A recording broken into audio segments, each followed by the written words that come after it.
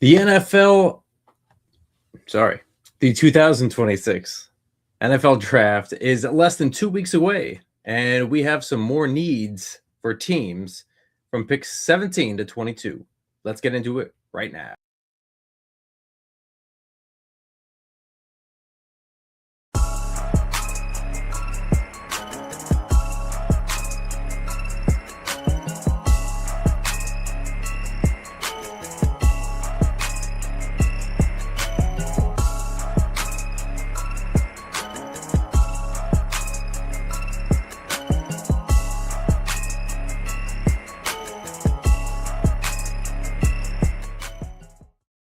Welcome everybody to Top Dog Coverage. It's your boy Dirty with your boy C-Dub, and we are under 2 weeks away from the 2026 NFL Draft. It is right under our nose, C-Dub. How do you feel about that? It snuck up on us. We were just at the Combine, now we're here. What's happening? I mean, honestly, it feels like it's taking forever. I wish it would just get here. I mean, with how much mystery surrounding this draft in particular, it's not the best of draft. Is very top heavy. There's I don't know if there's as much depth at a lot of different positions, especially the premium ones. But man, like I just wish it would get here already. Yeah. I 100% concur. I agree.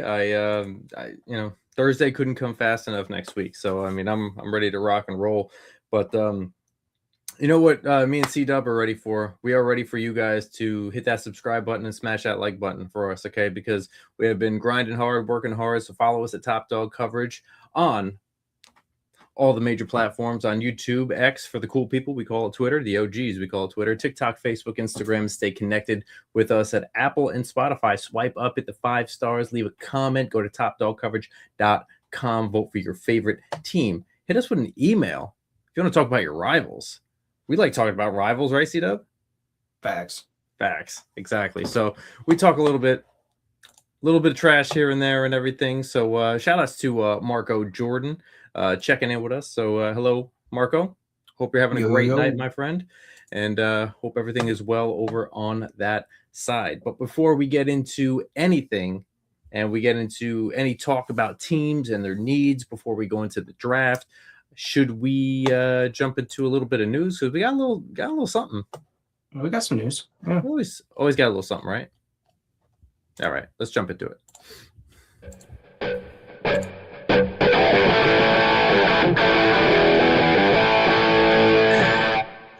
Time for the news, baby. The news is brought to you by Norse-Hall.com. If you guys have not gone to Norse-Hall.com and you want some hot sauce, some mead, some honey wine, like you say, what is that? What is honey wine? Honey wine is a little bit of a wine that the Vikings used to drink back in the day. So go to Norse-Hall.com. Go get your honey wine and your hot sauce today, where they burn couches before football games in West Virginia. Okay, so Norse-Hall.com. C-Dub, you want to start us off with some news, my brother? For sure. Right. Let's go to Philadelphia, where the Eagles have acquired and extended receiver Dontavian Wicks. So 2 NFC contenders have swung a trade. The Eagles are acquiring wide receiver Dontavian Wicks from the Packers for a 2026 fifth-round pick and a 2027 sixth-rounder. Adam Schefter of ESPN reports. Philadelphia is also extending Wicks on a 1-year, $12.5 million deal. So Wicks' name surfaced in trade rumors in early March. The 3-year veteran is now headed elsewhere a month later. Shipping him out will save the Packers $2.6 million in cap space, per Tom Silverstein of the Milwaukee Journal-Sentinel. They have around $26 million available, but Wicks becomes the second notable Packers receiver to exit this offseason. The Pack previously lost Romeo Doubs to the Patriots in free agency, but the team still counts Christian Watson, Matthew Golden, Jaden Reed, Savion Williams, Bo Melton, and Sky Moore amongst its wideouts. Packers have also have a quality pass catching tight end Tucker Kraft, giving quarterback Jordan Love plenty of options, who is also recovering from that torn ACL. But, Wicks is the third receiver addition this offseason for the Eagles, joining Marquise Hollywood Brown and Elijah Moore. So while Moore is not a lock to make the team, Wicks and Brown figure to carve out important roles in the offense. The acquisition of Wicks will only add fuel to the fire in regards to a potential A.J. Brown trade now. Yeah, I could see that. I could definitely see that. I mean, there's been talks about AJ Brown leaving the Philadelphia Eagles. Datavon Wicks was I mean, look, there were a lot of wide receivers over there in Green Bay. You have Dobbs that already left, so yeah, Wicks now moving over to here. Is he a wide receiver, 3 like they had Dotson over there? Or I mean, they had a couple different. Mechie was over there as well in Philly, so where does he kind of fit in? Are they just going to keep on rotating that wide receiver 3, or is it more like, hey, we kind of want to take a different approach, and this does open up the window for AJ Brown to leave? I think it adds some insurance if they do decide to pull the trigger on moving AJ Brown. But you gotta remember their new offensive coordinator, Sean Mannion, who's been with the Packers the last couple seasons, so he knows Dontavian Wicks really well from watching him in practice and being a part of the game plan and whatnot over there. So I think he's got some untapped potential. I mean, he's been in the league for a little while. He's had his moments, right? It's not the best catcher of the football, but he is, pretty good after the catch and can make some contested catches. So maybe he might get some opportunities in this offense, regardless if Brown gets moved or not. So just add some more depth there. Maybe they're just adding to the weaponry that they already have. I mean, it was a very odd balance last year of what was going on. Like, they couldn't really run the ball after they just had a very successful year of running the ball with Saquon Barkley. But when they tried to pass the ball, they can get the passing, but then they weren't winning. And it was just like, they just couldn't put the two ends of the magnets together. It was almost like you reversed them, and what happens? They were going against each other. So you're trying to figure out where it's going to fit. And maybe that's just another puzzle piece that can fit, that does move them forward just a little bit to get some more wins this year. So, but should we move on to a little bit more of a I'll take the Falcons, because I know you don't want to talk about the Falcons. It's cool. I get it. I'll take it off your plate. Whichever one you want. I'll do the rest. So the Falcons right tackle Kaleb McGary is retiring. So after missing all of last season with a knee injury, the Falcons right tackle Kaleb McGary is retiring at the age of 31. Agent Colin Roberts announced the news on Wednesday. So a career-long Falcon, McGary joined the organization as the 31st overall pick in 2019 draft. The former Washington standout became an immediate starter in Atlanta, which kept him atop its depth chart for his entire career. McGregory started in 92 of 93 appearances in the NFL. Before a lost 2025 season, McGary played between 14 and 17 games in each season. Talk about staying healthy there. But McGary and left tackle Jake Matthews started opposite each other during their entire 6-year run together, which that is a huge run for offensive line. So the Falcons almost split up the duo after a few years into McGary's career. They were not impressed enough with McGary's work to pick up his 5th-year option in 2022. However, with McGary on the verge of leaving in free agent the next spring, the Falcons kept him around for a 3-year, $34.5 million pact. That was the first of 2 significant paydays for McGary, who put pen to paper on a 2-year, $30 million deal last August. So I could say, for a right tackle, for offensive tackle, Kaleb McGary, sounds like he got paid very well. He stayed healthy for most of his career, so good for him. That is that's well done. That's well done. So absolutely. Very hard to stay healthy in this league. So, but pass it on to you, sir. Yeah, I mean, we got the last little bit of news. So, of course, it's draft season. So this is where all the different news and whatnot of everything, all the prospects comes out. So we have some news regarding one of the top pass rushers in this year's class. So Miami's defensive end Ruben Bain has been cited for careless driving in connection to a death. So just 11 days away from the potential start of his NFL career, Miami defensive end Ruben Bain Jr. is facing some controversy that is potential to hurt his draft status. Oliver Connolly of the Reed Optional broke the story today that in 2024, Bain was cited for careless driving in an accident that left a young woman in a coma for 3 months before her eventual passing. So during his sophomore season, Bain reportedly was driving at 4 a.m. with 4 passengers in his car. The victim was a 22-year-old female college student from Georgia visiting Miami over spring break. A statement from the victim's family in response to Connolly's request for comment expressed that they are not seeking public attention at this time, so the victim will remain unnamed in this portion. So, according to police crash records, Bain's vehicle struck another car before then colliding with the concrete barriers on both sides of the highway.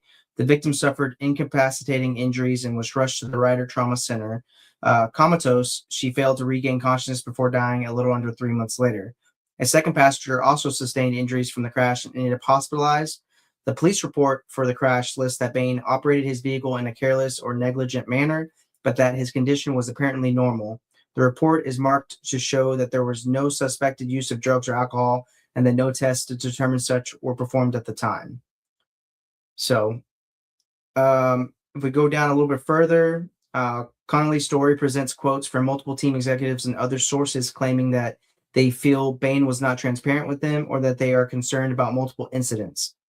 Wallace's report contains more information on a second careless driving citation that occurred in October 2025, though this case was also dismissed because of a defective citation.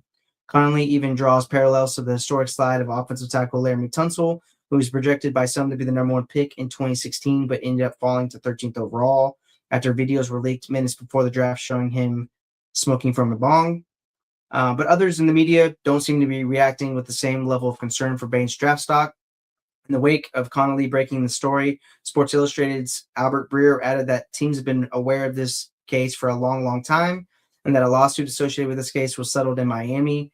The plaintiff of the settled lawsuit was the driver of the car Bain made contact with before crashing. Jonathan Jones of NFL on CBS claimed that every team except one that he had spoken with has been satisfied with Bain's explanation of events and consider the matter handled. What's your opinion on that? I mean, it's an unfortunate situation from a couple of years ago. It's already been settled. I mean, I just feel like this has been leaked to try to make him slide, to be honest. Now, I'm just going to say this because there are certain things that have happened this serious with Henry Ruggs, you know what I mean? And, things in this nature, and it's sad that it does happen. On the other hand, this hasn't come out at all, right? Until right now, right? So at what point do you believe that somebody is just that malicious just to see him fall down the board more? I mean, it's a sad thing to happen, so you want to bring reality into the situation, but at the same point, to have somebody slide down and that's the main objective is kind of vindictive, I would say, too, right? I don't think it's necessarily on the reporter. I think this is something that maybe certain teams want to leak to, so that way he falls to him, right? He's been projected to go in the top 10. He's one of the top pass rushers. He plays a ton of snaps, but I wouldn't necessarily put him in the same bucket as Henry Ruggs, considering Henry Ruggs was extremely intoxicated and Mhm. blood alcohol levels were extremely high. Mhm. Whereas Bain, it looks like he was just carelessly driving, and I don't know if it was in terms of the speed. I haven't looked at the police report or anything along those lines, but based on this, there's no alcohol or drugs involved with it. So, I don't know if I would necessarily put it in the same category as Ruggs. Well, I don't want to say that it's in the same category, but the same outcome, I would say. Unfortunately, that's what I'm looking at as a whole. Unfortunately, somebody did pass away. On the other hand, it was solved at one point through whatever court system. Obviously, 2024, you're talking a year and a half ago, at least, right? So we'll say at least. Yeah. And if it wasn't really heard about then, it's only getting publicity now. So, I mean, my opinion is kind of the same. I agree with you. It could be to let people fall to him because he's a great player. It just stinks, on the other hand, that it have to be in a situation where something foul has happened and occurred. That's all, Yeah. Yeah. I don't think it'll affect his draft stock too much, to be honest. I think a lot of the teams already knew about this. I mean, they already know about a lot of things going into it. So, But I think that's all of the news that we actually have. So we will I think we get right into it, right? We're on, under 2 weeks away. We got going into the draft. We went through picks 1 through 16, and we can jump right into pick 17. You want to just jump right into that real quick, and I'll lead the way. Does that sound good? Absolutely. All right. So at pick 16 in the NFL draft of 2026, the Detroit Lions will be on the clock, and look, they have some needs in front of them. Okay, they need some trench work here. Okay, they need some trench work on the offensive line. They need some defensive players up in the front, and I don't. To be honest with you, C-Dub, I don't know where to start, whether it's the offensive tackle or the offensive guard that needs help. They're going to be switching people around, throwing people into center that have played center before, possibly. But I would say you need the anchor. That's my opinion. I think you need a left tackle here. That's my opinion. And I would think that you'd go for the offensive line.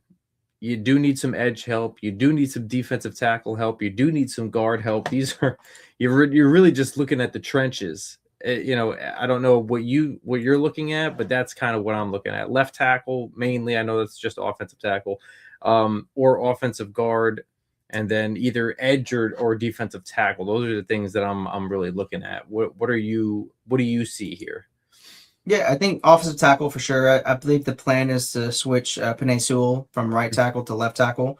Mhm. So I think you have your tackle flexibility there. So I think obviously you want to add another guy to that room. They signed Cade Mays from Mhm. Carolina, so you could look at adding a center later on. And again, I mean, you took a guard in the second round, and you took a guard in the sixth round a couple of years ago. So you're hoping those guys develop and can kind of hold down those spots, but you definitely would want to add some more depth to there. But yeah, I mean, this defense has been decimated this last couple of seasons. So I would also throw in some defensive back help. I mean, you got both safeties coming off major injuries. I believe Brian Branch tore his Achilles, and then Kirby Joseph, I think might have been an ACL. I'm not sure, but both guys got hurt last year. And behind them, you have Christian Izien and Chuck Clark coming over there. So you want to add some more people, some more depth at that position. And then also at corner, I mean, you got DJ Reed, who I don't think he had a really good year in Detroit last year. Terrion Arnold, who former first rounder, so he's still growing and developing. And then you sign Roger McCreary to be your nickel back. So I would definitely agree with you. Trench work and then some depth in the secondary for sure. Yeah, I think at this point in the draft too, you're looking at it, and I think some of these guys are already going to be going. I mean, they might have a shot at Spencer Fano, or Caleb Lamu. I can never say it, Lamu. One of the offensive tackles from Utah. Either one, I think you're going to get a pretty good deal out of this if they, one of these guys come to you.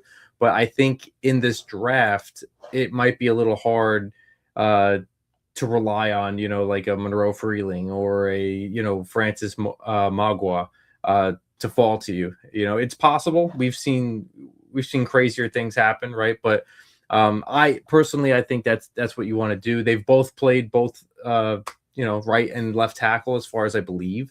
So I think it would plug and play pretty perfectly. So that way, if you wanted Sewell still on the right side, you could, but you don't. He's a mauler. He's played so many different areas on that offensive line that he's one of those players that could just be moved around like a chess piece. So.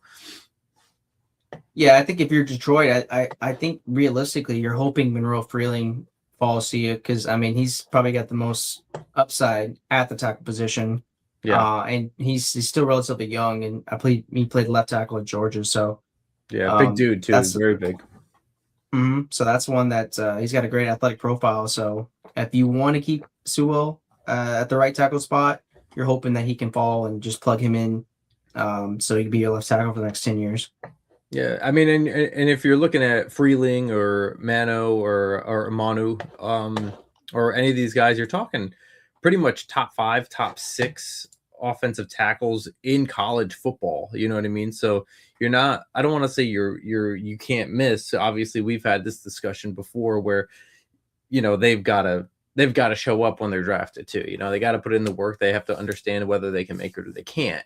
But not some bad choices here in this offensive tackle in the first round. So. Yeah, it just depends on when the tackle run starts, right? Right. Easily one of them could go off the board at number 3 to Arizona, and then when do the rest of the tackles start falling? That's really going to be the key. And you never know, Detroit could get aggressive and try to move up. Yeah, go get one of these guys too. So. Yeah, absolutely, they could.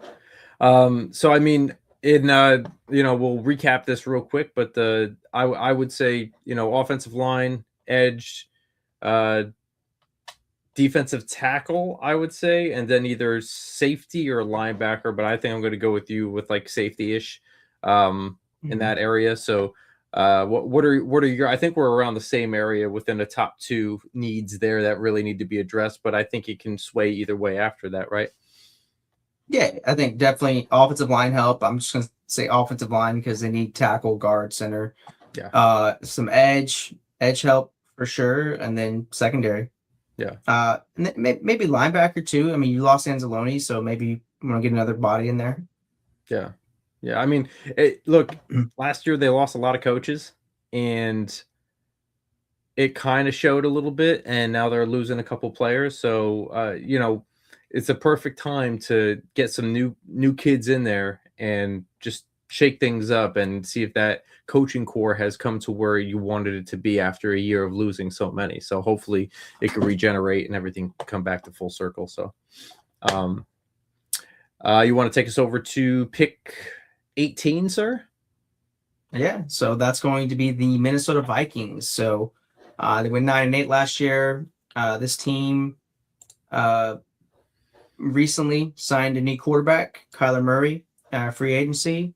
Not outside of that, they've been relatively quiet. They signed Johnny Hekker, James Pierre, Jalen Hutchings, Jacob Roberts, and Ryan Van Demark.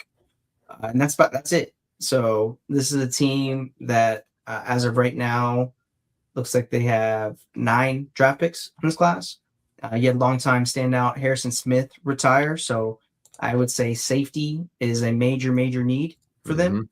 Right now you have Jay Ward, who was a 4th rounder back in 2023, and then Joshua Metellus, who was a 6th rounder in 2020. He kind of plays that Swiss Army knife back there for Flores' defense. But yeah, I mean, I think this is a good spot for safety. They need a center. We discussed that a couple shows ago. And I would also look at corner and defensive tackle. That they lost a lot of depth on this defense, and you're hoping Kyler Murray can come in and elevate that offense, and you've got a lot of resources put into that offense, but it's time to focus on the defense. At corner, you're starting James Pierre, the recent signing from Pittsburgh, Isaiah Rodgers, and Byron Murphy Jr. at corner right now. So definitely add some more depth, another body back there. We already discussed safety. That's a major need. And, maybe some pass rush. Dallas Turner hasn't really panned out as of yet. It's still early in his career. But I think you could also add some big body to that defensive line there. Yeah. Yeah, I can see that. I agree with you. Safety's not looking too good after this year. Harrison Smith is gone, and that's gonna, not gonna leave everything.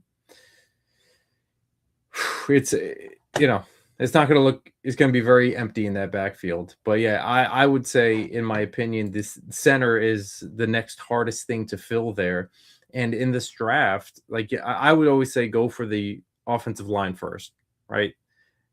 In my opinion, I always think that you should go offensive line, even though it is that the safety position is the weakest, I would say. But if you could get a center in here first, but I think if at that pick, you might be reaching for a center. So, and then you're really short on defensive tackle, right? The defensive tackle, they traded one away last year. Hargraves is now gone. It's really, really minimal in that room. You could, if you wanted to, get either the safety from Oregon. I'm blanking on his name right now. Thieneman. Or you could take, it's a possibility you could be the first one taking the first defensive tackle off the board here. There's I've talked about it. I love the defensive tackles in this draft. You could, if you really wanted to fill, that need quickly, but again, so you could get one of the best or second best safety off the board here, or one of your first defensive tackles.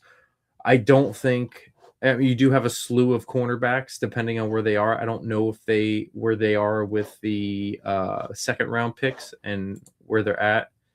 You might not have a second round pick here, the Vikings, but if a really good corner falls, take him. I think it's best player available here. They do have a second rounder. Do they? They have pick 49. They could, dude. Yeah. They could really get a good cornerback out of here, or a good defensive tackle out of here too. They don't have a lot of capital to play with to move up so much, but at the same point, I mean, they got 9 picks in this draft. Do they? It's not. Oh, maybe. Yeah, maybe it's next year. Okay, so maybe they can. Maybe they get, like, if they wanted to get a D Hunter, or I'm sorry, was it Lee or D Hunter? Lee Hunter. Lee Hunter.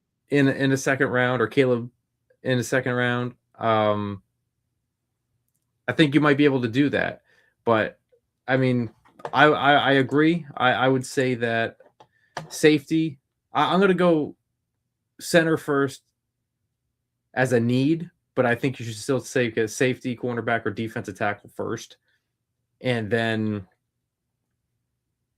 when it comes down to, one of the centers coming off the board, like coming closer to that, and you want to be that first person to jump in there and go get them, then trade up and go get it. You know what I mean? Go get a guy that can fill that. But yeah, I would say safety, center, defensive tackle, and corner. Yeah, definitely corner. So it's those are tough ones to put together, because you really got to know what you want to do schematically on offense and make sure that you have a really good center to do it with. And then also you want to fix up that hole on defense. So, but is that pretty much around your area too, the safety, center? Kind of like the first two? Yeah. Safety, center, corner, and defensive tackle. I think those are the major needs for this squad. So if you're on there, right, and your pick 18, who are you taking? I'm taking a defender. I'm taking Thieneman. I'm taking whichever DT that I like best. If there's a corner I really like that's available, I'm going on the defense, and second rounder, that's probably where I'm going to try to get my center. Okay. And I'm going to have a cluster of players that I think fit my scheme, and whichever one falls to me, or I'll get aggressive and move up to go get my guy. I like it. Yeah. All right. So we'll do pick 18, pick 19. I'll take you down to the Carolinas, where the Carolina Panthers definitely need some offensive line help here. Let me just get them up here. And they're, again, another team with offensive tackle help. So they're, Ekwonu, who was drafted, about 4 years ago, suffered, a very bad right knee injury during the wild card game against the Rams. So they're not really sure about his 2026. So it kind of makes a big problem with this tackle right now. And they did sign Rasheed Walker from the Packers, who would play left tackle for them. Okay. Just on a 1-year deal. So right. So they're trying to kind of put him in there. Okay. They could use, they stepped up their game a little bit in the defense, a lot better than they did the year before. Okay. But they still do have some holes that they still have to address. They have to address their safety and defensive tackle. But also, as much as I love to see that they actually have wide receiver help, You know what I mean? Like they actually do have Leggett. They also have who's Coker. Right? These guys are starting to show up and shell out. I still think that they need a solidified, proven number one over there. You don't think Tetairoa McMillan's the number one? I think yes, I do. But on the same end, maybe I'm actually just thinking that maybe they need a solid number two then. Coker's good. Do they have the depth, though, if somebody goes down? What happens if T-Mac goes down? You got David Moore, John Mechie III. So, I mean, Jimmy Horn Jr., six-rounder from last year as well. I think they could use a solid second-round pick on a wide receiver here and focus in on that first-rounder with some defensive play here. Either, again, almost like the Vikings, a defensive tackle or a safety. Yeah, I think safety is probably a pretty big need for them. I'd say also, I was on doing some draft stuff the other day, and I was discussing with a couple guys. Like, for me, I think a sneaky need that's probably not too prevalent because you got JC Horn there is corner. I think Mike Jackson had a decent season last year. Mm-hmm. You have JC Horn, then you have Charles Smith-Wade at the nickel spot. But I think you could add another, corner at that position. So if you don't necessarily go safety, if all the top guys that you feel are not there mm-hmm. at their pick, you could take corner if you want to get another tackle because you're not sure if you're going to pay Kwanu or Rasheed Walker. You could do that. Receiver, it's definitely probably a need to add some more depth. I don't know if I'd spend a premium pick on it. Mm-hmm. You've spent 2 first-rounders back-to-back years on a receiver. Yeah. And, this defense has definitely improved. Pass rush has gotten better. You signed Devin Lloyd from Jacksonville. Bring Jalen Phillips over. Hopefully he can stay healthy and contribute to that pass rush. But I really think corner is a sneaky underrated need for this team. Okay, that's fair. Also, I will say this: I missed out on this one. That the right tackle, Taylor Moton. Yeah, Moton. He is at the end of his contract year, so whether they want to pay him or they want to get ready for the following future of the right tackle, it's possible they could do that. They have enough areas where they can do that right here. And I would say prepare for the future, right? It's a doable. You can, it's open, but I think you're right. Cornerback is a sneaky need over there. And defense in the back area, cornerback, safety, tackle if you want to get ahead of the contract issues. And obviously, I would say a wide receiver 2, maybe not so much a wide receiver 1. Sometimes you forget about everybody that's on these depth charts all the time, So, but yeah, I do think that they, as you said, I'll correct myself, that they do have a good wide receiver 1 solidified over there. But I think you need somebody in there in case somebody does get hurt. And this is the NFL, and people do get hurt. So it does happen. It does happen. Would you like to take us to what is it? Number 20. Well, we did the Dallas Cowboys, right? And that is acquired from the Green Bay Packers. So we can move on to 21, which is the Pittsburgh Steelers. Yeah. So Pittsburgh, let me move my stuff around. Gotcha. But yeah, I mean, Pittsburgh, we don't really know what's going on with Aaron Rodgers. He could definitely be on a retreat right now. We don't know. So first and foremost, quarterback is the biggest question mark for this team. I don't know how comfortable you feel with Mason Rudolph and Will Howard going into the season, but could be something. Good. Or they could just be punting on it to get to 2027. You do bring in Coach McCarthy over here, Pittsburgh native, and not really sure what I don't know what the vision is. I don't know what they're doing, but I'd say quarterback, offensive line. It's definitely some guard spot here. Also, Broderick Jones was awful at left tackle, their first rounder from 2023. So you definitely might need to upgrade tackle as well. You spent a lot of draft capital. Troy Fatanu at right tackle a couple years ago, Zach Frazier, center, second rounder from that same draft class, and Mason McCormick, the starting right guard, fourth rounder from that draft class. Mm-hmm. So all those contracts are going to be coming up as well. So definitely use some depth at the offensive line. I like the receiving core. You got DK Metcalf. You trade for Michael Pittman Jr., Roman Wilson in the slot. You got some decent depth there. You could definitely add another body at the receiver. But quarterback is a major, major need. And then this defense, it's a little bit long in the tooth, right? Yeah. You spent a first rounder on Derek Harmon last year. Cam Hayward still chugging along, the first rounder from 2011. So definitely could use some defensive tackle help. But this pass rusher, TJ Watt, is not getting any younger. No. You draft Jack Sawyer last year, Alex Highsmith. He's done really well for himself. But you could definitely add some edge help and safety. Jalen Ramsey's also getting older. Sean Elliott. Those are really the biggest needs, I would say. Offensive line, quarterback, and add some youth to this defense. Defense is getting old.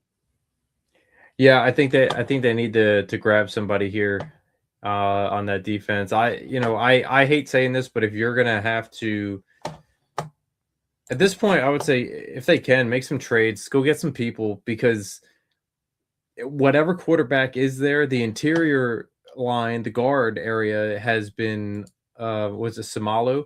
I believe he's gone. Isaac Samalu, left or right tie for I think he was right. No, left. He was left guard. He's in Arizona now, I believe. Yeah, so I mean that kind of is a big hole. I would say if was it Elaine Vega or Vega Ioane? I can never say his name right, dude.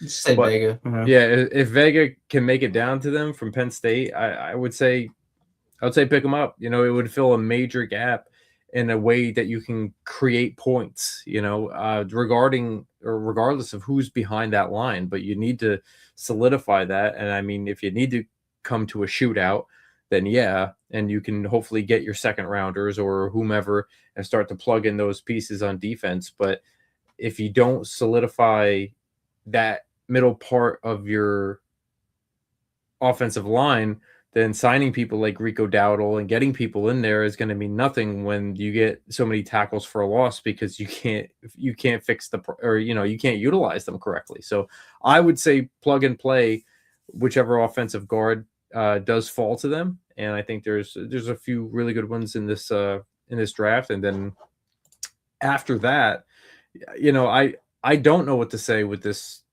quarterback group. It really does lay on the hands of Aaron Rodgers here, right? So, when old man Rodgers, decides that he wants to make a decision, I guess that's it. I really do. I can see where you're coming from as well. Like, hey, yeah, they upgraded wide receiver, and you have the running backs. I would say fix the offensive line, but your point exactly is Watt is not getting any older. You do have to fix the other side here. You do have to. He's not getting any younger. He's definitely getting older. He's definitely getting older. And can we be honest here? Look, I understand Patrick Queen was great in Baltimore, and he's made some decent plays at the Steelers, but okay, what are we doing here? Because as far as I know, he's not playing like he did when he was in Baltimore. So, into my opinion, maybe my hot take, but and I've also, I'll say this now, when I was out scouting at one of these games, I've had somebody within the Ravens organization tell me that he takes plays off, that he doesn't give it everything he has, but he has so much potential that he could be one of the best linebackers, he said, in football if he actually applied himself. He's like, but he takes plays off, and he just doesn't seem to ever want to get there. So Yeah, maybe with the new coaching staff, it might light a fire under him. Maybe they can get to him. But yeah, he's kind of disappointed in his tenure in Pittsburgh. Yep. And they have Peyton Wilson, the third rounder from a couple of years ago.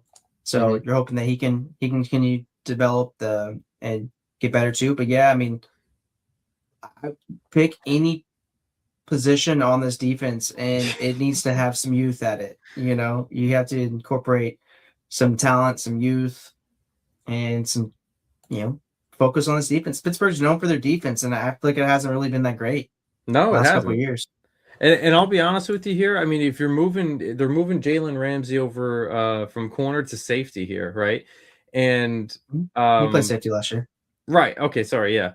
And it's not like he was like, how long is he going to be playing this? You know what I mean? Until you actually get a safety back there that's young, you're going to have to get a safety back there. You're going to have, and you can get some pretty decent safeties. You can, you got, what was it, Wheatley from Penn State, and you get him 4th or 5th round. Some of these guys are actually really, really good if you have the time to wait and then address your, whatever you need. And in my opinion, I do agree that quarterback would be first because you just don't know what's happening. But I would say if you do have somebody for this year, go get your offensive guard. And then your linebacker, or if you want to take a stab at Ty Simpson in the 2nd round, who knows? They haven't been very good at picking the quarterbacks the past however many years, but I would lean towards that. I would say if QB is settled there, OG, you get your offensive guard and your linebacker or your QB, and then get a safety in the later rounds, and maybe a big guy for the future. They did sign Jaquan Brisker from Chicago and Darnell Savage as well, so they added some depth at safety. But I don't know if they have that true. I think so. Okay. But I don't know if those necessarily are going to be like your long term, and I don't know if they're going to be like your elite ball hawks and whatnot. I think that's still Jalen Ramsey's game. I mean, he's seen everything, right? So I think him quarterbacking that defense back there at the safety position can help get them back on track. But yeah, we gotta add some talent to some more youth and talent to this defense for sure. Yeah. And I mean that's those are my takes. Is that everything that you think too? Pretty much, we're pretty much on the same page with Pittsburgh Steelers. Quarterback, guard, linebacker. If you want to boil it down to just those 3, I think that's probably we could do that. And I'll pass you over to or did I start off or did you? I did the Steelers, so okay. It is you, my friend. All right, so I'll go over to the pick 22, the Los Angeles Chargers, where they have interior offensive line need as well. So if one of these guys could fall to them, that is something that they could desperately need as well. So I would say that not only that, these are trench guys as well, or trench teams as well, that could use help in that area. So definitely offensive guard, where both starting guards, one is gone, and Zion Johnson and was it Sawyer? I can never say his name. Yeah. And Mekhi Becton is they just cut him. Yeah. So so they definitely need somebody in there, and their edge, at one point their defense was very, very good. As soon as Harbaugh got there, right? Their edge, their game, getting to the quarterback, that's what it was. Khalil Mack and Jesse Minter. Don't forget the now Ravens head coach. He's a big part of that as the defense coordinator over there. So okay. I think they still need a little help over in that end. Khalil Mack's not getting any younger, and he's coming back, I believe, right? So he'll be back there. And Awe is he's still young, but he got acquired from the Baltimore Ravens for a 2026 5th rounder, and that's free. Odafe. Odafe Owe. Yeah, I can never say his. I did. These names are getting He's in harder. Washington now, right? Acquired from Baltimore from a 2026 fifth rounder, left in free agency. Yes. So,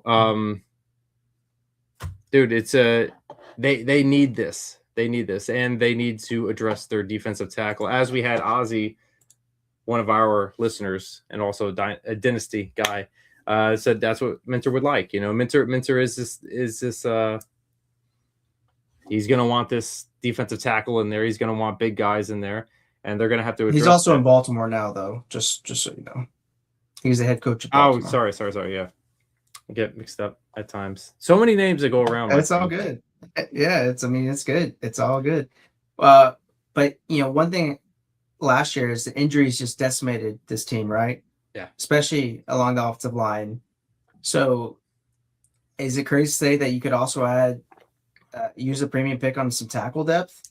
I mean, you had Joe All go down, you had Rashawn Slater go down before the season even started.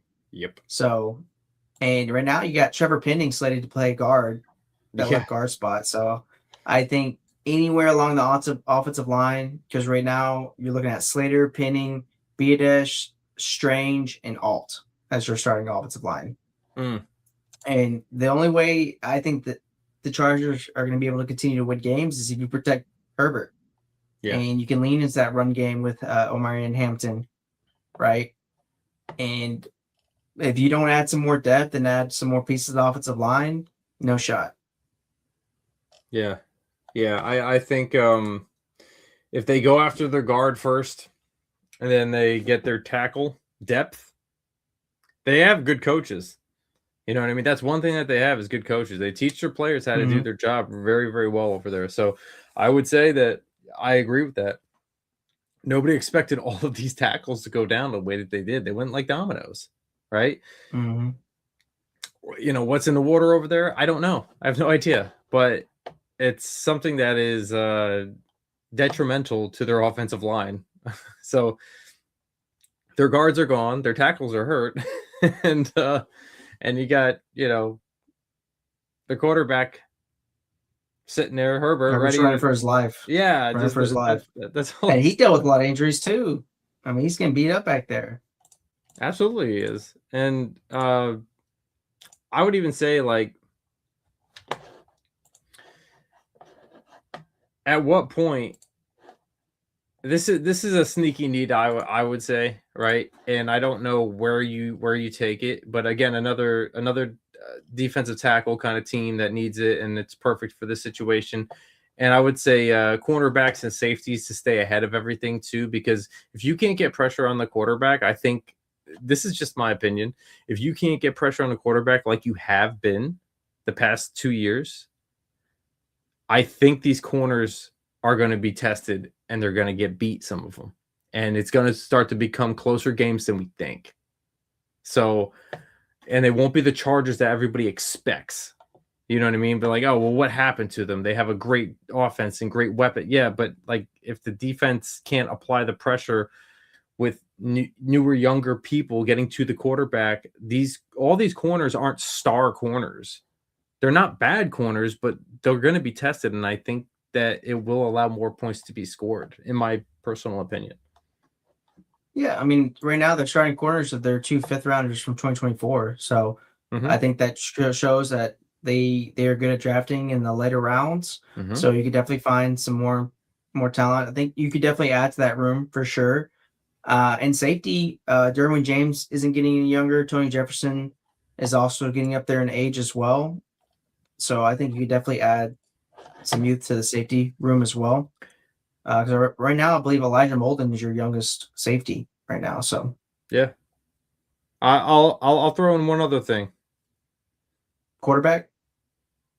Yeah. Who's their wide receiver one? Are they bringing back Keenan Allen or no? Don't know. They have to address that though. Probably Ladd, I would argue. I mean, he had an off down year last year. Yeah, for the future, I wouldn't say he's your wide receiver one. For the future, I wouldn't say Quentin is your wide receiver one. And old man Keenan, he can only play for so long. I think it's time to address that before it becomes a critical issue, you know? And this is a team that's taken a first rounder in 2023, a second rounder in 2025, and a second rounder in 2024 at the receiver spot. Right? You could definitely add another body in there. I mean, Trey Harris, he didn't really do much last year. We'll see where his progression goes from year 1 to year 2. I mean, he was pretty good at Ole Miss, but we'll see. I think you could definitely add a body to that room for sure. Do you think this is a place that AJ Brown could go? The Los Angeles Chargers? I don't think so. No. I don't know. I don't think Harbaugh wants to give up the kind of capital it would take to get him. I don't know if Harbaugh would deal with that kind of headache. It seems like he's become more of a diva throughout his career here. Seemed like at one point he settled down, and then now it's just kind of, maybe it's just Philadelphia. I don't know. Maybe that's what's in his head. That offense was atrocious last year, man. It was hard to watch. It was. So I don't blame him. I'd be wanting out too. Yeah. Like, unless like you can show me what type of offense that we're gonna run and it's actually gonna work. Like, no, I'm good. Yeah, I get that. So I mean, I would say offensive line, defensive line or edge, yeah, and then some. Receiver, safety. Receiver, yeah. I was gonna say safety, receiver. Yep. So something along those lines. And I think if you do it correctly in this draft, you can come away with some really good gems. Like you said, they've already been able to draft, some later rounds and positions, develop them as corners. Certain rounds of wide receivers, develop them and move on. So it would be really interesting to see how they do this and if they can do it in the correct way and utilize that. So. But that's all we have for you guys today. So, I mean, that's 22. So we will come back, I guess. What's 23? Philadelphia Eagles. We're three teams also that we still have to cover too. Yeah. 4 technically. 5. I don't know. Oh, they don't have picks, right? Yeah.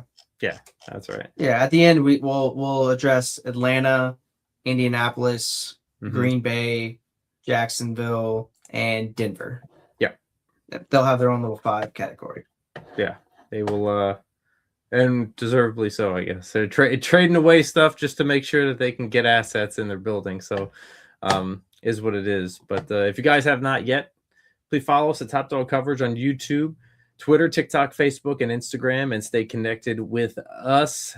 Apple, Spotify, swipe up, hit the 5 stars, leave a comment, topdogcoverage.com, and vote for your favorite team. Join our newsletter on topdogcoverage.com. Insert your little email in there, and you guys will start to get newsletters as soon as we get some new information rocking and rolling. We want to keep you guys connected with us and our thoughts and our bold takes as well. And if you guys want some birthday shout outs or possibly some rivalry talk, hit us up at topdogcoverage@gmail.com. Other than that, C-Dub, is that all we got for today? That's it. That's all we got. That's all we got. It is. So, guys, please stay tuned with us for Mock Draft Mondays. We will be live tomorrow having some more of our friends and family from beyond the tree that we have, and we'll be having those people on our show as well for Mock Draft Mondays. But until then, it's your boy Derry and your boy C-Dub, and we will catch you on the flip side. Have a great night, and God bless. Peace.